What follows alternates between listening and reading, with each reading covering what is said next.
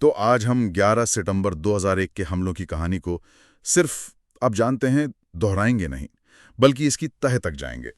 हमारे पास जो स्रोत हैं वो उस दिन की घटनाओं से कहीं कहीं आगे जाते हैं। हम उस साजिश को समझने की कोशिश करेंगे जो सालों से पनप रही थी। सही कहा। उन खुफिया चेतावनियों को देखेंगे जिन्हें नजरअंदाज कर दिया गया, और उन नतीजों पर बात करेंगे जिन्होंने सिर्फ अमेरिका ही नहीं बल्कि पूरी दुनिया को हमेशा के लिए बदल दिया। बिल्कुल। और ये सिर्फ एक दिन की कहानी है ही नहीं, ये एक ऐसी कहानी है जिसकी जड़ें दशकों पुराने संघर्षों में है और जिसकी शाखाएं आज भी हमारी दुनिया पर छाई हुई है। ये कहानी है कि कैसे कुछ लोग अपनी विचारधारा के लिए दुनिया को हिला देने पर आमादा थे और कैसे एक सुपर पावर वो उस हमले के लिए बिल्कुल तैयार नहीं था। तो चलिए उस सुबह से शुरू करते हैं जिसने 21वीं सदी का रुख ही तय कर दिया। 11 सितंबर 2001 मंगलवार की सुबह थी। एक बिल्कुल सामान्य दिन। हाँ, अमेरिका के आसमान में हजारों विमान थे। लोग काम पर जा रहे थे, लेकिन उस भीड़ में 4 विमान ऐसे थे जो अपनी मंजिल तक कभी नहीं पहुंचने वाले थे। उन्हें 19 अपहरणकर्ताओं ने अपने कब्जे में ले लिया था। और ये कोई मामूली विमान नहीं थे, ये लंबी दूरी की उड़ानें की सैन फ्रांसिस्को और लॉस एंजलिस जा रही थीं। मतलब उनके टैंक ईंधन से लबालब भरे हुए थे। बिल्कुल। अपहरणकर्ताओं को विमान नहीं चाहिए थे, उन्हें वो ईंधन चाहिए था। उन्होंने उन विमानों को, आप कह सकती हैं, उड़ती हुई मिसाइलों में बदल दिया था। सुबह 8:46 पर न्यूयॉर्क में लाखों लोगों ने एक भयानक आवाज सुनी। अमेरिकन एयरलाइंस की फ्लाइट 11 वर्ल्ड ट्रेड सेंटर के नॉर्थ टावर से जा टकराई। पहले तो किसी को कुछ समझ ही नहीं आया।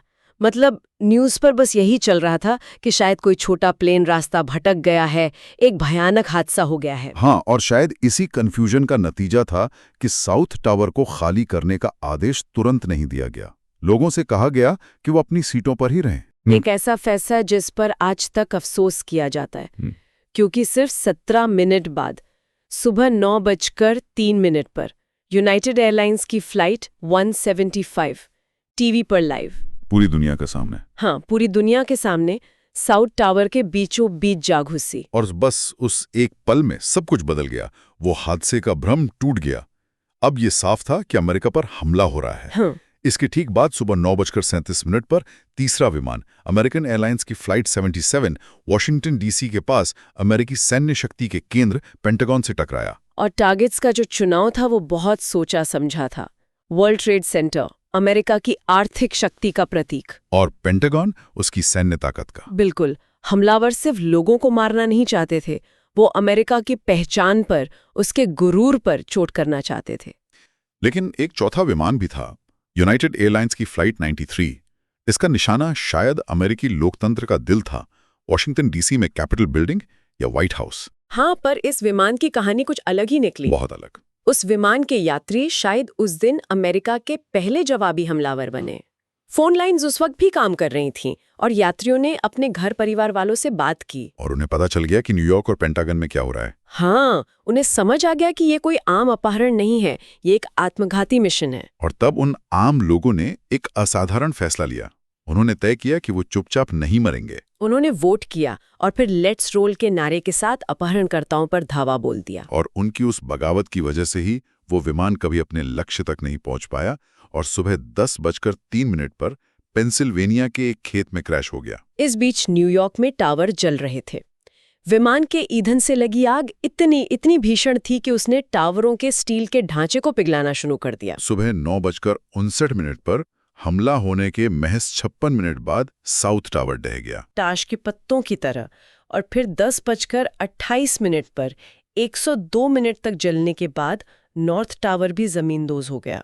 न्यूयॉर्क में टावर गिर रहे थे, पेंटागन से धुआं उठ रहा था, पूरी दुनिया सदमे में थी।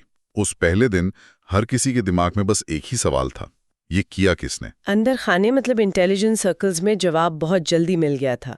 उसी शाम तक CIA ने राष्ट्रपति जॉर्ज W. बुश को बता दिया था कि सारे सबूत एक ही संगठन की तरफ इशारा कर रहे हैं, अल-कायदा और ओसामा बिन लादेन। हाँ। लेकिन ये दिलचस्प है कि बिन लादेन ने शुरू में साफ इनकार कर दिया था। उसने अल जजीरा को एक बयान दिया कि मैंने ये काम नहीं किया है। हाँ, वो दुनिया को गुमराह करने की कोशिश करा था। लेकिन फिर 2004 में अमेरिकी राष्ट्रपति चुनाव से ठीक पहले उसने एक वीडियो जारी किया और पूरी जिम्मेदारी ले ली। और उस वीडियो में उसने अपने मकसद भी साफ किए। बिल्कुल। अलकायदा की शिकायतें पुरानी थीं, मध्य पूर्व में अमेरिकी दखलंदाजी, खासतौर पर सऊदी अरब में अमेरिकी सैनिकों की मौजूदगी, इजराइल को अमेरिका का समर्थन और इराक पर लगी पाबंदियां, ये सब उनकी बताई गई वजहें थीं। लेकिन बिन लादेन ने एक और वजह बताई जो बहुत पर्सनल लगती है। उसने कहा कि टावरों को गिराने का ख्याल उसके दिमाग में पहली बार 1982 में आया था, जब इजराइल ने लेबनान पर हमला किया था। उसने बैरूत में इमारतों को गिरते हुए देखा और सोचा कि अमेरिका को भी यही दर्द महसूस कराना चाहिए।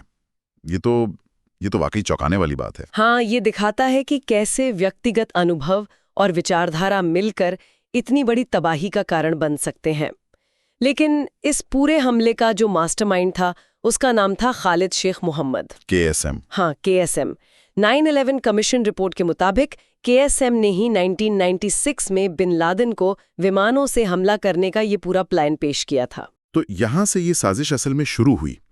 अब उन्हें ऐसे लोग चाहिए थे जो इस प्लान को अंजाम दे सकें, और उन्होंने जो लोग चुने वो भी उनकी रणनीति का एक अहम हिस्सा था। और यहाँ उनकी रणनीति बहुत चालाक थी।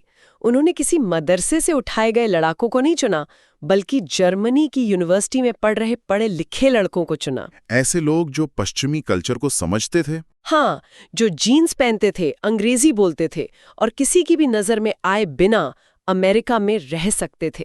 यही हैम्बर्ग सेल उनकी सबसे बड़ी ताकत थी। मोहम्मद अता, जो फ्लाइट 11 का पायलट बना, इसी सेल का लीडर था। मुझे आज भी ये बात सबसे ज्यादा हैरान करती है। ये लोग अमेरिका के अंदर अमेरिकी फ्लाइट स्कूलों में प्लेन उड़ाना सीख रहे थे ताकि अमेरिकी प्लेन को ही हथियार बना सके।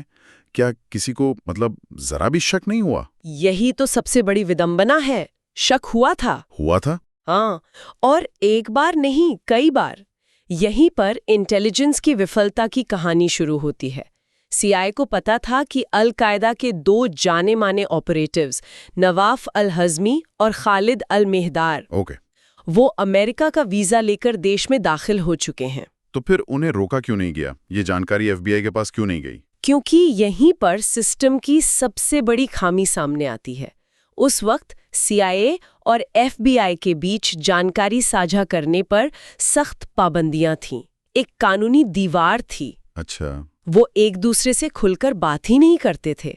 तो CIA के पास जानकारी थी, लेकिन वो FBI को अलर्ट नहीं कर पाए, जो उन लोगों को देश के अंदर ढूंढ सकती थी। वो दोनों अपहरणकर्ता हमले तक कैलिफोर्निया में आराम से रहते रहे। ये तो एक बहुत बड़ी चूक है। क्या कोई और भी चेतावनी थी? हाँ, एक और थी। जुलाई 2001 में फीनिक्स, एरिजोना के एक FBI एजेंट ने एक मेमो लिखा। Phoenix memo? हाँ, फीनिक्स मेमो। उसने लिखा था कि मुझे शक है कि उसामा बिन लादेन दुनिया भर के एविएशन स्कूलों में अपने लोगों को भेज रहा है। उसने सुझाव दिया कि अमेरिका के सभी फ्लाइट स्कूलों की जांच की जाए। लेकिन उसकी चेतावनी को अनसुना कर दिया गया। बस कहीं फाइलों में दबकर रह गई। और फिर वो 6 अगस्त वाली ब्रीफिंग भी तो थी। बिल्कुल, सबसे बड़ी और सीधी चेतावनी राष्ट्रपति बुश को दी गई उनकी रोजाना की खुफिया ब्रीफिंग।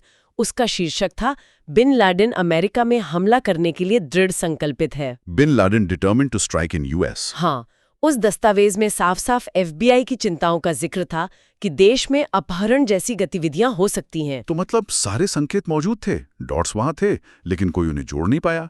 9/11 कमीशन ने बाद में इसे कल्पना की विफलता कहा था। सही है, कोई ये सोच ही नहीं पाया कि दुश्मन इस हद तक जा सकता है। और उस विफलता की कीमत बहुत भारी थी। बहुत भारी। हमलों में 19 अपहरणकर्ताओं के अलावा 2,977 लोगों ने अपनी जान गंवाई। इनमें 343 फायर फाइटर्स और 72 पुलिस अधिकारी भी शामिल थे। बिल्कुल। जो लोगों को बचाने के लिए उन जलती इमारतों में गए थे, हाँ, ये अमेरिकी इतिहास में आपातकालीन सेवाओं के लिए सबसे काला दिन था। और ये सिर्फ एक अमेरिकी ट्रेजेडी नहीं थी। 90 से ज्यादा देशों के नागरिकों ने उस दिन अपनी जान गंवाई। वर्ल्ड ट्रेड सेंटर सही मायनों में दुनिया का केंद्र था। बिल्कुल, और उस पर हुए हमले ने पूरी दुनिया को जख्म दिया।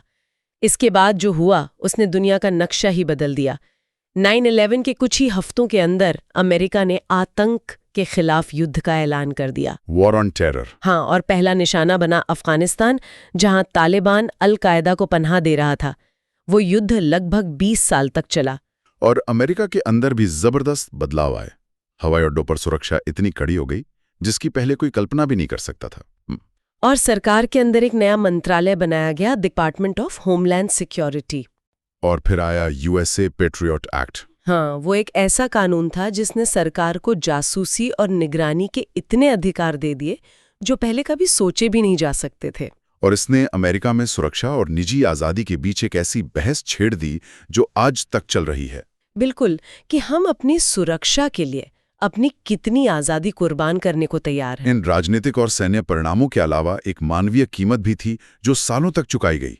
वर्ल्ड ट्रेड सेंटर के मलबे से जो जहरीला धुआं और धूल उठी, उसने हजारों बचाव कर्मियों, स्वयं सेवकों और वहां रहने वाले लोगों के फेफड़ों को तबाह कर दिया। आज भी लोग 9/11 से जुड़ी बीमारियों, खासकर कैंसर से मर रहे हैं। हाँ, ये उस हमले का एक ऐसा पहलू है जिस पर अक्सर कम बात होती है, लेकिन इसका असर बहुत गहरा और लंबा रहा है। और जब हम वॉर ऑन टेरर की बात करते हैं तो उसकी लागत सिर्फ डॉलरों में नहीं थी। नहीं, ब्राउन यूनिवर्सिटी के कॉस्ट्स ऑफ वॉर प्रोजेक्ट का अनुमान है कि 911 के बाद शुरू हुए युद्धों में अफगानिस्तान, इराक, सीरिया और दूसरी जगहों पर प्रत्यक्ष और अप्रत्यक्ष रूप से 4.5 लाख से ज्यादा लोग मारे गए हैं। ये एक ऐसा आंकड़ा है जिसके बारे में सोचना भी मुश्किल है। 911 के हमले कुछ ही घंटों में खत्म हो गए थे, लेकिन उनकी वजह से शुरू हुए संघर्ष और उनके परिणाम आज भी जारी हैं। तो जब हम इन सभी स्रोतों को एक साथ देखते हैं तो ये साफ हो जाता है कि 911 सिर्फ एक आतंकवादी हमला नहीं था। ये दशकों पुरानी शिकायतों, एक जटिल अंतर्राष्ट्रीय साजिश, खुफिया तंत्र की गंभीर विफलताओं और ऐसे फैसलों का नतीजा था जिनके असर ने 21वीं सदी को वो शक्ल दी है जिसमें हम आज जी रहे हैं। बिल्कुल, और ये अपने पीछे एक बहुत ही बुनियादी सवाल छोड़ जाता है जो हर देश और समाज के लिए प्रासंगिक है। आतंकवाद के खतरे से निपटने और अपने नागरिकों को सुरक्षित रखने के लिए एक देश को कितनी शक्ति मिलनी चाहिए? सुरक्षा और स्वतंत्रता के बीच की वो महीन रेखा, वो कहाँ खींची जानी चाहिए? ये एक ऐसा संतुलन है जिसे खोजने की कोशिश दुनिया आज भी कर रही है, और यही 9/11 की सबसे स्थायी विरासतों में से एक है।